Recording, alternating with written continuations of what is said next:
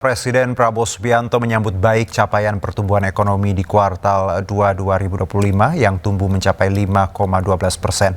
Presiden menegaskan perekonomian Indonesia hingga bulan Juni tumbuh dan bergerak cukup positif. Di hadapan jajaran Menteri Kabinet Merah Putih, Presiden Prabowo mengapresiasi kinerja tim ekonomi yang dinilai bekerja secara kompak dan solid dalam respon tantangan ekonomi global.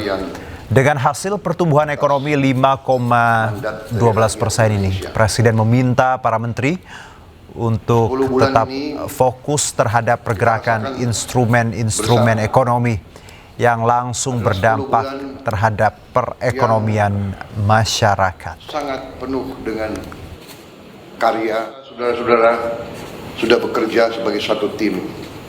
Saya kira tanpa kerja keras saudara sebagai tim, tidak mungkin kita capai apa yang sudah kita capai hari ini.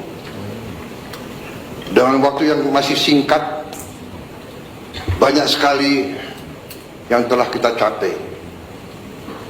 Strategi yang sudah saya canangkan ternyata mulai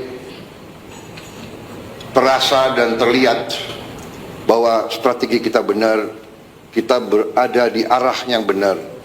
Kita berada di azimut kompas. Badan Statistik Pusat mengumumkan pertumbuhan ekonomi Indonesia kuartal 2 2025 sebesar 5,12% secara tahunan. Dan terkait hal tersebut, Ekonomi Digital Center of Economic and Law Studies Bima Yudhistira berpendapat terdapat kejanggalan pada data tersebut. Meskipun tumbuh 5,12% secara tahunan, tapi ada beberapa hal yang sepertinya mismatch ya, misalnya antara pertumbuhan daya beli masyarakat ini kan sebenarnya masih rendah, konsumsi rumah tangga masih di bawah angka 5%, dan pasca lebaran memang tidak ada pendorong konsumsi rumah tangga yang lebih tinggi lagi. Kemudian juga kalau dilihat dari tingginya pertumbuhan industri manufaktur sampai 5,6% secara tahunan, padahal yang dirasakan oleh pelaku usaha adalah efisiensi, kemudian dampak dari rencana tarif resiprokal Trump, sampai dengan adanya PHK massal dan juga gangguan pada. Pemirsa, Kapolri Jenderal Listio Sigit melakukan mutasi sejumlah jabatan perwira tinggi. Total ada 61 perwira tinggi Polri yang terkena mutasi menempati jabatan baru, salah satunya adalah jabatan Wakapolri. Jabatan Wakapolri dipercayakan kepada Komjen Polisi Dedi Prasetyo yang sebelumnya menjabat sebagai Irwasum Polri. Sementara Inspektur Pengawasan Umum atau Irwasum Polri dipercayakan kepada Komjen Polisi Wahyu Widada yang sebelumnya menjabat sebagai Kabareskrim Polri. Kabareskrim Polri dijabat oleh Komjen Polisi Syahardiantono yang sebelumnya adalah Kaba Intelkam Polri. Sementara itu, Kepala Badan Intelijen dan Keamanan atau Kaba Intelkam Polri dipercayakan kepada Komjen Polisi Ahmad Wiyagus yang sebelumnya menjabat Asta Maops Kapolri. Lalu Asisten Utama Kapolri Bidang Operasi atau Asta Maops Kapolri kini dijabat oleh Komjen Polisi Muhammad Fadil Imran yang sebelumnya menjabat sebagai Kaba Harkam Polri. Sementara posisi Fadil Imran sebagai Kepala Badan Pemelihara Keamanan Polri atau Kaba Harkam kini digantikan oleh Irjen Polisi Karyoto yang sebelumnya merupakan Kapolda Metro Jaya. Kapolda Metro Jaya dijabat oleh Irjen Polisi Asep Edi Suheri yang sebelumnya merupakan Wakabareskrim Polri.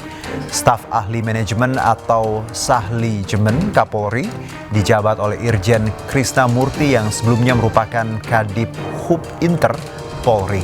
Sementara Kepala Divisi Hubungan Internasional atau Kadip Hub Inter Polri kini dijabat oleh Brigjen Amur Chandra Juli Buana. Pemirsa, KPK tahan 2 tersangka korupsi tol Trans Sumatera yang merugikan negara sebesar 205 miliar rupiah. KPK selesai memeriksa mantan Direktur Utama PT Hutama Karya Bintang Perbowo dan mantan Kepala Divisi Pengembangan Bisnis dan Investasi PT Hutama Karya M. Rizal Sucipto Rabu malam sekitar pukul 18.42 waktu Indonesia Barat. Keduanya diperiksa terkait dugaan korupsi pengadaan lahan di sekitar Jalan Tol Trans Sumatera atau JTTS tahun anggaran 2018-2020. PT Hutama Karya merupakan pelaksana proyek tersebut. Keduanya ditahan selama 20 hari pertama terhitung Rabu 6 Agustus hingga 25 Agustus 2025 di Rutan Cabang KPK Gedung Merah Putih. Kerugian negara yang timbul dari pengadaan lahan ini mencapai 205,14 miliar rupiah. Para tersangkanya yang pertama, Saudara BP selaku Direktur Utama PT HK. Yang kedua, Saudara RS, Kepala Divisi Pengembangan Bisnis dan Investasi PT HK, Ketua Tim Pengadaan Lahan. KPK selanjutnya akan melakukan penahanan terhadap kedua tersangka untuk 20 hari pertama, terhitung mulai tanggal 6, hari Rabu tanggal 6, sampai dengan 25 Agustus 2025 di Rumah Tahanan Sabang KPK. Mahkamah Agung Republik Indonesia tanggapi laporan Tom Lembong soal dugaan pelanggaran kode etik dan profesionalisme oleh hakim yang menangani perkara korupsi vonis 4,5 tahun kasus impor gula. Mahkamah Agung menyatakan akan pelajari laporan tersebut secara cermat.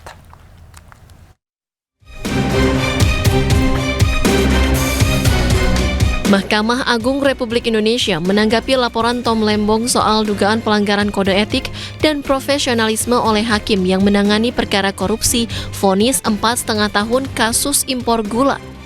Mahkamah Agung menyatakan akan mempelajari laporan tersebut secara cermat untuk menentukan perlu atau tidaknya klarifikasi terhadap 3 hakim yang memvonis Tom Lembong.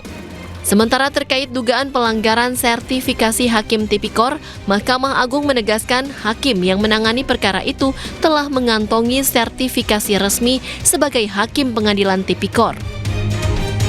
Yaitu hak bagi para pihak yang merasa hak-haknya dirugikan boleh mengadu, kan? Dan secepatnya ya akan ditindaklanjuti. Makanya di sini tadi kan saya sebutkan, Ketua Mahkamah Agung secepatnya akan mempelajari dan menindaklanjuti, kan seperti itu. Apakah perlu klarifikasi atau tidak, ya kan seperti itu. Artinya kan pasti ditindaki, pasti itu namanya laporan akan klarifikasi, akan dipanggil, ya seperti itu pasti. Ya. Sebelumnya, Tom Lembong melalui kuasa hukumnya Zaid Musyafi resmi melaporkan majelis hakim yang memutus perkara di kasus impor gula kepada Mahkamah Agung. Pelaporan didasari karena perlu adanya evaluasi dan koreksi mendalam terhadap proses hukum yang dijalani oleh Tom Lembong. Menurut Zaid, Tom Lembong berkeinginan agar penelusuran dilakukan dan menginginkan perbaikan sistem hukum yang menyeluruh agar tidak ada orang lain yang merasa diperlakukan serupa. Laporan kepada MA juga mencerminkan semangat untuk memperbaiki proses penegakan hukum di tanah air. Dari Jakarta, Bagus Prasetya, Tri Julianti, Leman, iNews melaporkan.